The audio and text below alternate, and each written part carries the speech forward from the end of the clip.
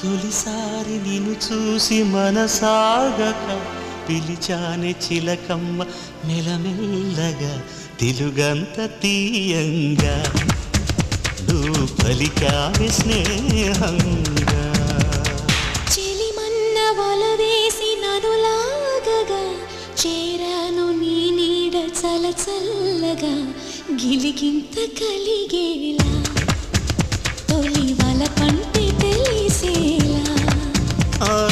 కునుకన్న మాటే నన్ను చేరక తిరిగాను తెలుసా ఏంటో